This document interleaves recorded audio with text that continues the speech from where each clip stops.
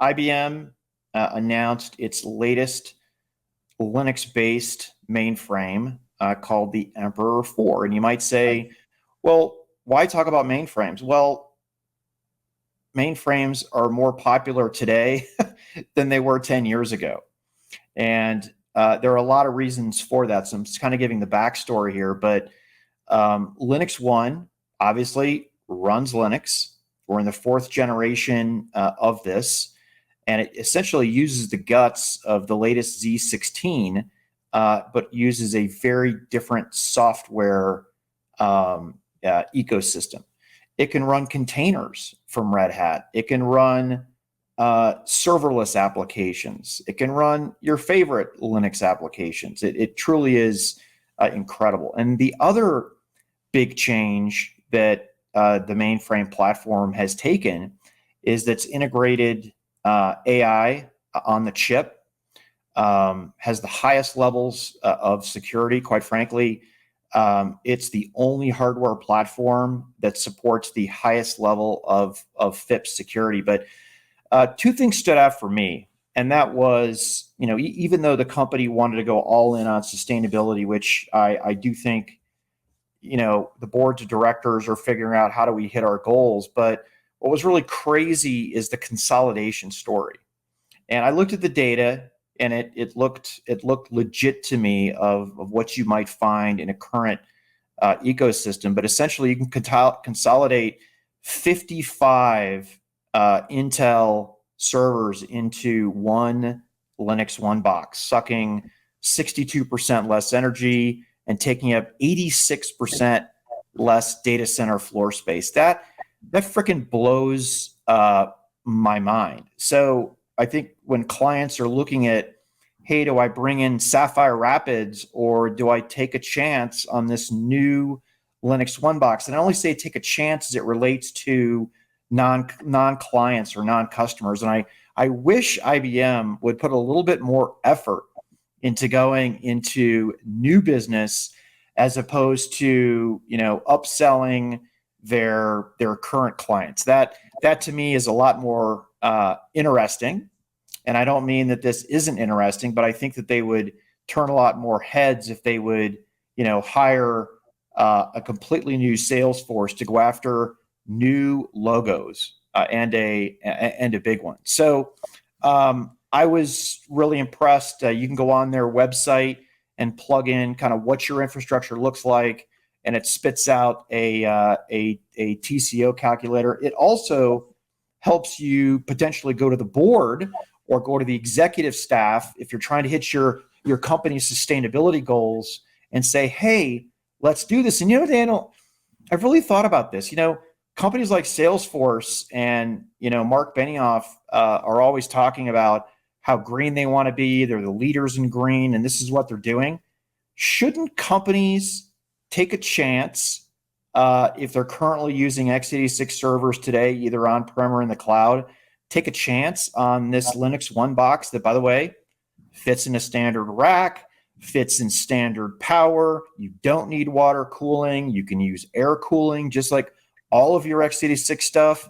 If you're running Linux apps, you can run them on this platform.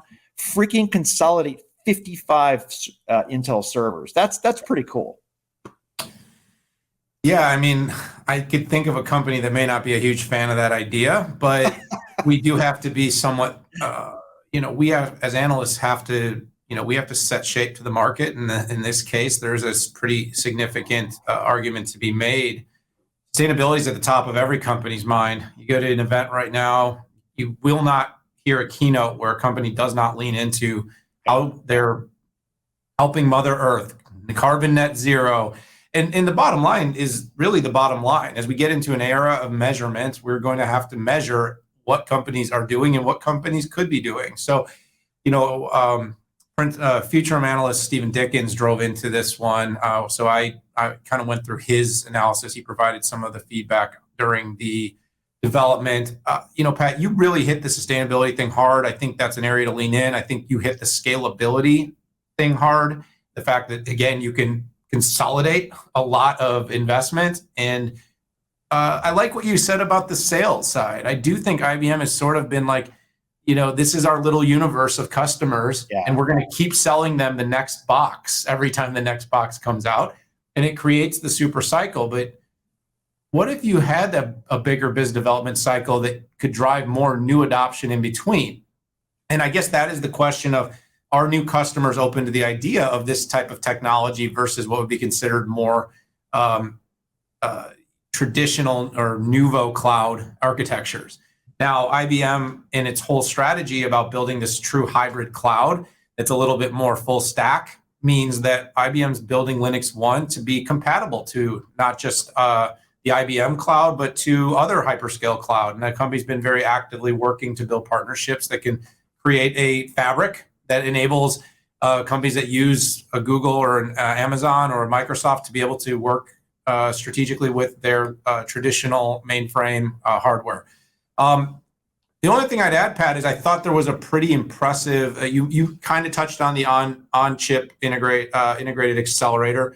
That seems to be a big focus following the Telum announcement that came out in the last generation of the Z box. So they're continuing to add AI and inference features on chip in the LinuxONE, so that doesn't have to be done outside of the core infrastructure. And then the security, Pat. I mean, that's the only thing I think we didn't touch on too much here.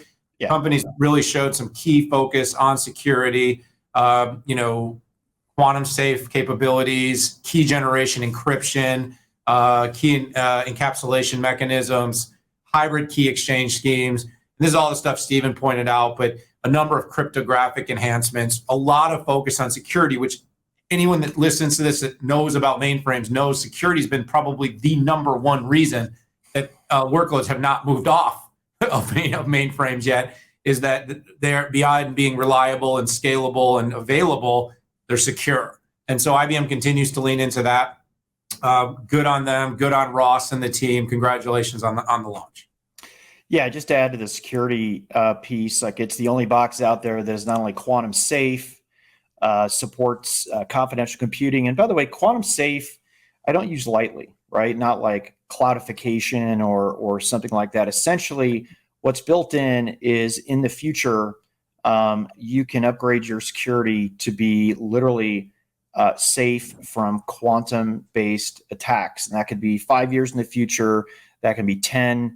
That could be 10 years in the future. And the company brought out a really interesting stat which says you can execute up to 20 billion secure transactions per day based on with a microservice-based application running on Red Hat OpenShift. I mean, it just blows my mind. But anyways, great ads there. And Steve might know a little bit about this stuff, given that he used to be in charge of mainframe sales at IBM, or at least an executive in there. I think you led the offering on the LinuxONE and the Z box, but let's just say that there's no one more passionate about it that I've ever met, maybe but Ross. Yeah. So it was definitely a very in-depth. I'll put it in the show notes, Pat, but you wrote a great piece on it too. You put a research report out, and that'll be in the notes as well. Hey, I appreciate you helping me plug my own research reports. I always plug you, dude. I always plug you. Yeah, I'll have a Forbes article coming out sometimes after I get back from vacation. Read his Forbes article. It'll be awesome.